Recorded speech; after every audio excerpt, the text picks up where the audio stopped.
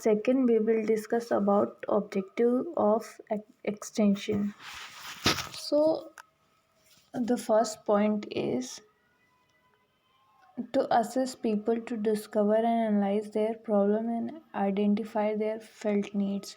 So प्रसार शिक्षा में लोगों की प्रॉब्लम्स को आइडेंटिफाई करते हैं और उनकी ज़रूरतों को भी देखते हैं, जिससे कि उनकी प्रॉब्लम्स और उनके फेल्ट नीड्स को फुलफ़िल किया जा सके.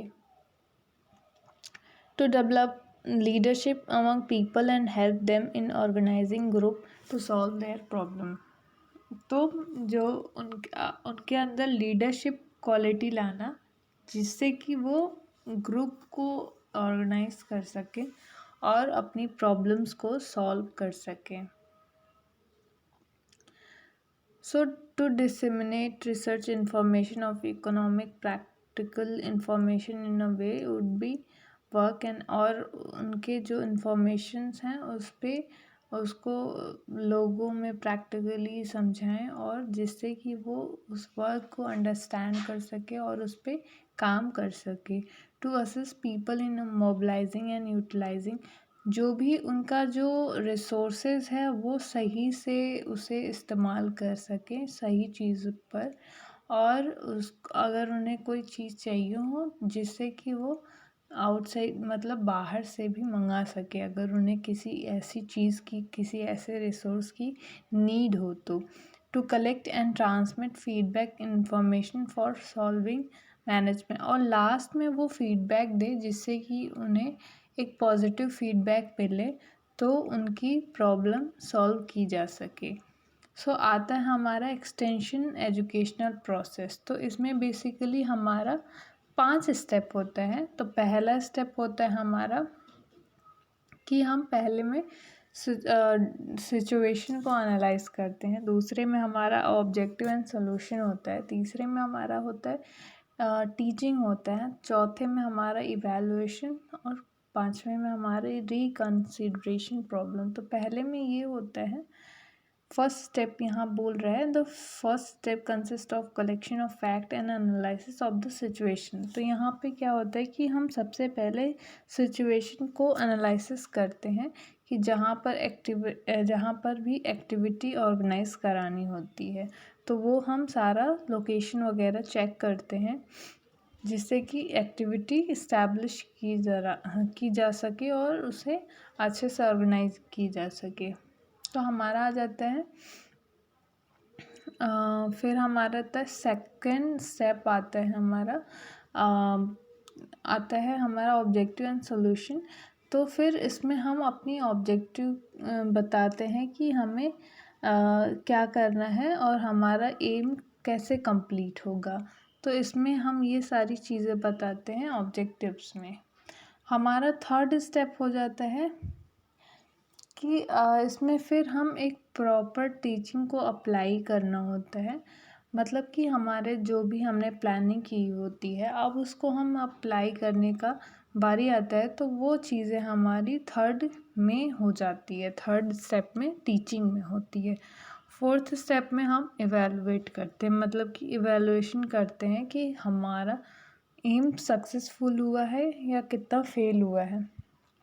यहाँ हमारा फोर्थ स्टेप चलता है. फिफ्थ में रिकंसिडरेशन, कि मतलब इसमें अब हम देखते हैं कि अगर हमारा फेल हुआ है तो उसे कैसे रिस्टार्ट करें या कहाँ इम्प्रूवमेंट की ज़रूरत है. तो हम एक और बार रिकंसीडर करते हैं कि जो हमारा रिज़ल्ट आया उसको और कैसे इम्प्रूव कर सके. अगर हम फेल हुए हैं तो हमें कहाँ से शुरू करने की ज़रूरत है. मतलब कि हम एक नेक्स्ट स्टार्टिंग पॉइंट से शुरू करते हैं एवेलुएशन के लिए कि अब उसको फिर से हम स्टार्ट करते हैं.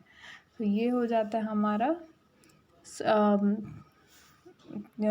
प्रोसेस, एक्सटेंशन एजुकेशन का प्रोसेस.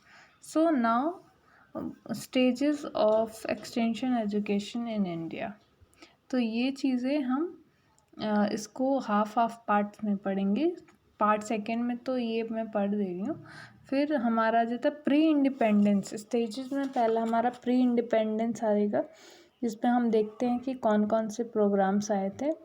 तो हमारा आया था आइडियल विलेज प्रोजेक्ट आया था, हमारा श्री निकेतन प्रोजेक्ट आया था, हमारा गुड़गांव प्रोजेक्ट आया था, मारथंडम प्रोजेक्ट आया था, सेवाग्राम प्रोजेक्ट आया था, बड़ौदा विलेज रिकंस्ट्रक्शन प्रोजेक्ट आया था, फिरका डेवलपमेंट प्रोजेक्ट आया था, इंडियन विलेज सर्विसेज आया था। फिर ये चीज़ें हमारी पोस्ट इंडिपेंडेंस प्रोग्राम थी, जिसमें नीलोखेरी एक्सपेरिमेंट था, स्मॉल फार्मर डेवलपमेंट एजेंसी था, जिसको हम SFDA कह सकते हैं, integrated tribal agency ITDA, training and visit system जो 1974 में आया था, national agriculture extension project NAEP, और फिर आया था इंस्टीट्यूट विलेज लिंकेज प्रोग्राम। यह हमारा सारा पोस्ट इंडिपेंडेंस मतलब कि आफ्टर इंडिपेंडेंस ये चीज़ें प्रोग्राम आई थी। Agriculture human resource development programme, फिर आया था NATP, फिर national agriculture innovation project, national mission on agriculture extension and technology, ये चीज़ें हमारी। तो now we will discuss only the first part, what is pre independence का मतलब कि जो इंडिपेंडेंट नहीं हुई थी, जब हमारी कंट्री इंडिपेंडेंट नहीं हुई थी, उसके पहले कौन कौन से प्रोग्राम चलाए गए थे, तो ये सारी चीज़ें हम इसमें देखेंगे। तो हम पहले डिस्कस करते हैं आइडियल विलेज प्रोजेक्ट। तो आइडियल विलेज प्रोजेक्ट आया था 1903 में। 1903 सर डेनियल हैमिल्टन ने इस प्रोजेक्ट को शुरुआत की थी, जो कि था ये सुंदरम विलेज नियर चेन्नई में इस प्रोग्राम को इस्टेब्लिश किया गया था। और इसका ये मेन एम था कि इसका एम ये था कि यंग जो अनएम्प्लॉयड पीपल हों उसको स्पेशल ट्रेनिंग दी जाए, जिससे कि वो सेल्फ डिपेंडेंट हो सकें। तो ये इसका मेन मोटिव था। श्री निकेतन प्रोजेक्ट में ये था कि ये 1920 में आया था बाय रविंद्रनाथ टैगोर, और इसका प्लेस था श्री निकेतन, कैलकाटा, वेस्ट बंगाल। और इसका ये एम था कि यहाँ पे लोग जो हैं उनका जो पीपल हैं वो उनको डेयरी फार्मिंग के लिए डेवलपमेंट कराने के लिए था, और उनके अंदर कोऑपरेशन की फीलिंग क्रिएट करना था, और लोगों को इंस्पायर करना था न्यू टेक्नोलॉजी की तरफ। और ये रूरल पीपल के लिए इंडस्ट्री इस्टेब्लिश करना, कॉटेज इंडस्ट्री उनके गांव में, ये इनके सारे एम थे श्री निकेतन प्रोजेक्ट के। गुड़गांव प्रोजेक्ट भी 1920 में आया था FL ब्राइने के द्वारा। इनका ये था कि क्रॉप प्रोडक्शन को कैसे इंक्रीज़ किया जा सके, ये सारी चीज़ें थी। एक्स्ट्रा एक्सपेंडिचर की जो एक्स्ट्रा खर्च हो रहे हैं उसको कैसे कंट्रोल किया जा सके ये, और फिर लोगों की हेल्थ को कैसे इम्प्रूव किया जा सके, और लोगों के अंदर ये डेवलप करना कि वुमेन एजुकेशन कितनी ज़्यादा इम्पॉर्टेंट है। तो ये आया था हमारा गुड़गांव प्रोजेक्ट में। मारथंडम प्रोजेक्ट 1921 में आया था, जो कि डॉक्टर स्पेंसर हेच के द्वारा आया था। और इनका ये था कि ये गांव के लोगों के अंदर ये भावना डेवलप करना कि वो इंडिपेंडेंट हैं, मतलब कि लोगों के अंदर एक पॉजिटिव बिहेवियर, एक पॉजिटिव एटीट्यूड डेवलप करना था। इस प्रोजेक्ट का मेन मोटो यही था। सेवाग्राम प्रोजेक्ट जो कि 1920 में आया था, जो कि गांधी जी के द्वारा आया था। तो सेवाग्राम में ये था कि ये लोगों को हेल्थ प्रोग्राम और विमेन वेलफेयर और सैनिटेशन के लिए इसका ये मेन मोटिव था कि उनके अंदर ये सारी चीज़ें डेवलप करना था। और इस प्रोग्राम को गांधीयन कंस्ट्रक्टिव प्रोग्राम भी बोलते हैं। ये सारी चीज़ें थी इसमें। बड़ौदा विलेज रिकंस्ट्रक्शन प्रोजेक्ट, तो ये प्रोजेक्ट BT कृष्णाचारी ने स्टार्ट किया था बड़ौदा में 1932 में। इस प्रोग्राम का मेन ऑब्जेक्टिव ये था कि इसमें लोगों लोगों के अंदर एजुकेशन लाना और इंडस्ट्रियलाइजेशन को डेवलप करना। और इसमें इनका मेन मोटो ये भी था कि एडल्ट एजुकेशन को एक्सटेंड करना और जो भी मतलब कि प्रोग्राम्स को भी एक्सटेंड करना and to use the school teaching teacher of village.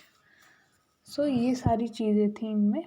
फ़िरका development project जो कि 1946 में आया था बाय मद्रास गवर्नमेंट और ये कि तमिलनाडु में। सो इसका ये मतलब था कि ये चाहते थे कि ऑल राउंड डेवलपमेंट हो गांव के लोगों का, मतलब कि और फिर उनमें ये भी डेवलपमेंट किया जाए कि ड्रिंकिंग वाटर और कम्युनिकेशन को कैसे डेवलप किया जा सकता है और to develop the committees of panchayat and cooperatives, ये सारी चीज़ें थी इसमें। सो अब देखेंगे इंडियन विलेज सर्विसेज में क्या था। So Indian village services Agusoli Aligarh UP 1945 start हुआ था। किसके गाइडेंस में? डॉक्टर WH विशर के गाइडेंस में। तो इसका भी मेन ऑब्जेक्टिव ये था कि लोग गांव के लोगों को एजुकेट कर सकें और वहाँ के लोगों के अंदर ये डेवलप करना कि वो अपनी प्रॉब्लम को खुद को सॉल्व कर सकें। इसका मतलब ये है कि वो चाहते थे कि लोग इंडिपेंडेंट बने, ये इसका मेन मोटिव था। और वहाँ पे भी कॉटेज इंडस्ट्री का डेवलपमेंट हो, ये सारी चीज़ें थी इसमें जो कि इस प्रोजेक्ट में था। अब हम जो दूसरा पार्ट रहेगा वो जो हमारा पोस्ट इंडिपेंडेंस प्रोग्राम है वो हम दूसरे पार्ट में डिस्कस करेंगे। Thank you.